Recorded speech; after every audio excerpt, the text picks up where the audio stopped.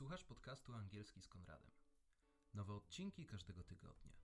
Jeśli chcesz popracować nad płynnością, nabrać odwagi do konwersacji, skorygować często popełniane błędy bądź poznać skuteczne metody nauki, ta audycja jest dla Ciebie. Remember, you're not at school, so chill out, kick back and enjoy yourself. Let's begin.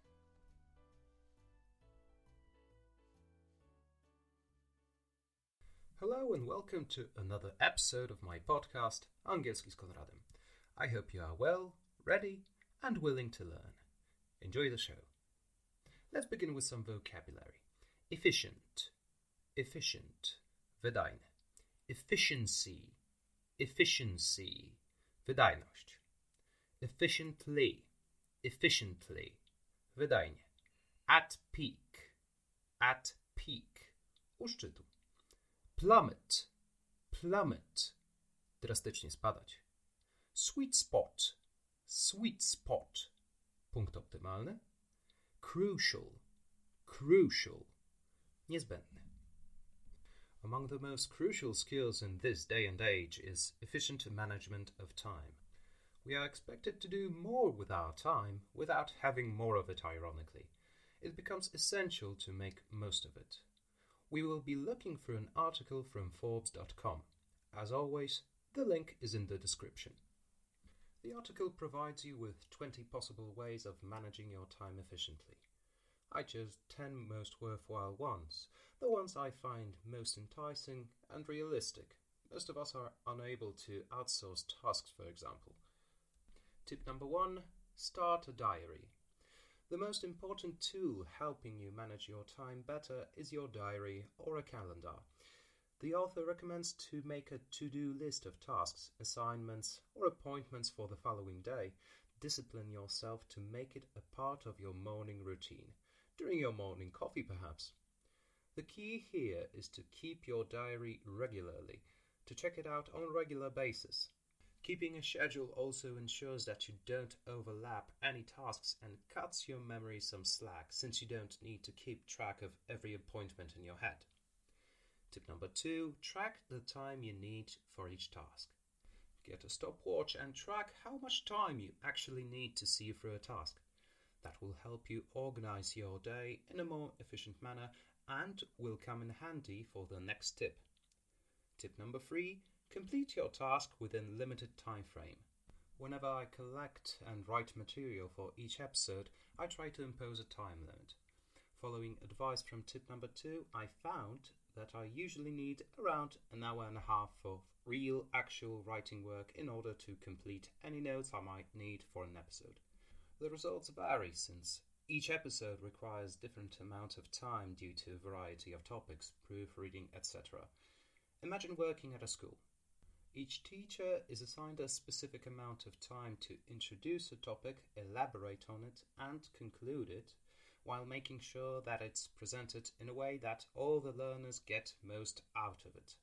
So, after finding out how much time you need to complete a task with a stopwatch, switch it to a timer and check whether the time frame is sufficient. Tip number 5, introduce downtime in between tasks. Jumping right into next task after completing one may have a detrimental effect on your performance. Nathan Kleitman, a sleep researcher, found out that our minds have an excellent ability to focus, but only for a limited amount of time, 90 minutes, give or take. After that period, our performance plummets. Kleitman claims that every person needs around 20 minutes of downtime in order to regain focus. If possible, arrange your schedule around that time frame. 90 minutes of work, 20 minutes of rest. And by rest, I mean not checking your phone or email. Grab a cup of coffee, leave your workspace for a short while, go outside if the weather is fair. Tip number 6, plan ahead. Before you call it a day, set a list of the most important tasks for the next day. That way you wake up, you have your day arranged, you waste less time wandering around aimlessly. Tip number 7, avoid distractions. We've all been there. We stop working halfway and waste our time on social media, silly games, or other menial things. identifying and working through distractions may well be the best way to free up loads of time. In order to learn more about distractions and how to deal with them, check out episode 4 of my podcast, Undistract Yourself. Tip number 8, batch similar tasks. Different tasks require different ways of thinking. Arranging similar tasks next to each other ensures that you operate at peak performance before you need to perform another task which demands a different approach. Tip number 9, stop being perfect. Perfection is an abstract notion. It's impossible to obtain, so you shouldn't expect yourself to be perfect. Striving for perfection means you will never be satisfied with your work. As a result, you will find yourself in an endless loop of going back to the same task over and over again. Perform to the best of your current abilities and move on. Better results will eventually come with more practice and experience. Tip number 10. Learn to say no. People who value their time should learn to be assertive. You need to realize that it's not impolite or rude to refuse every now and then, especially when you are asked to do something that the person asking is more than capable of doing themselves. Remember, your time is among your most valuable, precious resources. It's finite. You don't get any more of it. As the saying goes, time is of the essence. Use it well. Thank you for listening. In case you had forgotten, here's the revision of vocabulary for this episode with some example sentences. You will hear each sentence twice. Let's begin.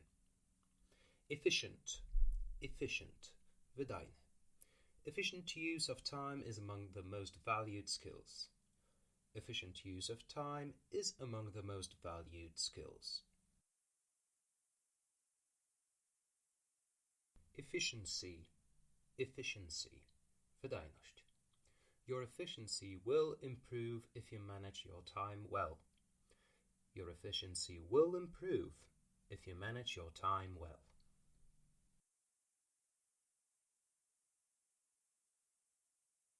Efficiently. Efficiently. Wydajnie. Use your time efficiently to make the most of it.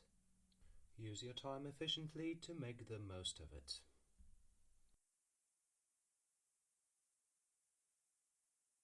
At peak. At peak. Być u szczytu. Athletes need to be at their peak during the Olympics. Athletes need to be at their peak during the Olympics.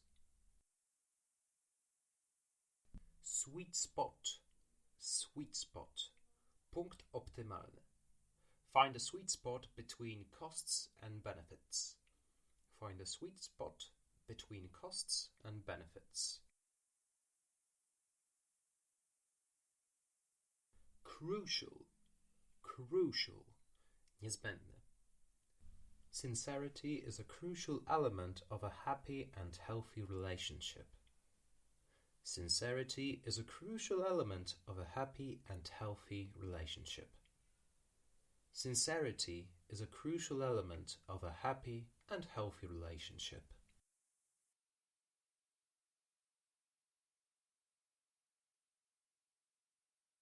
And that's the conclusion of today's podcast.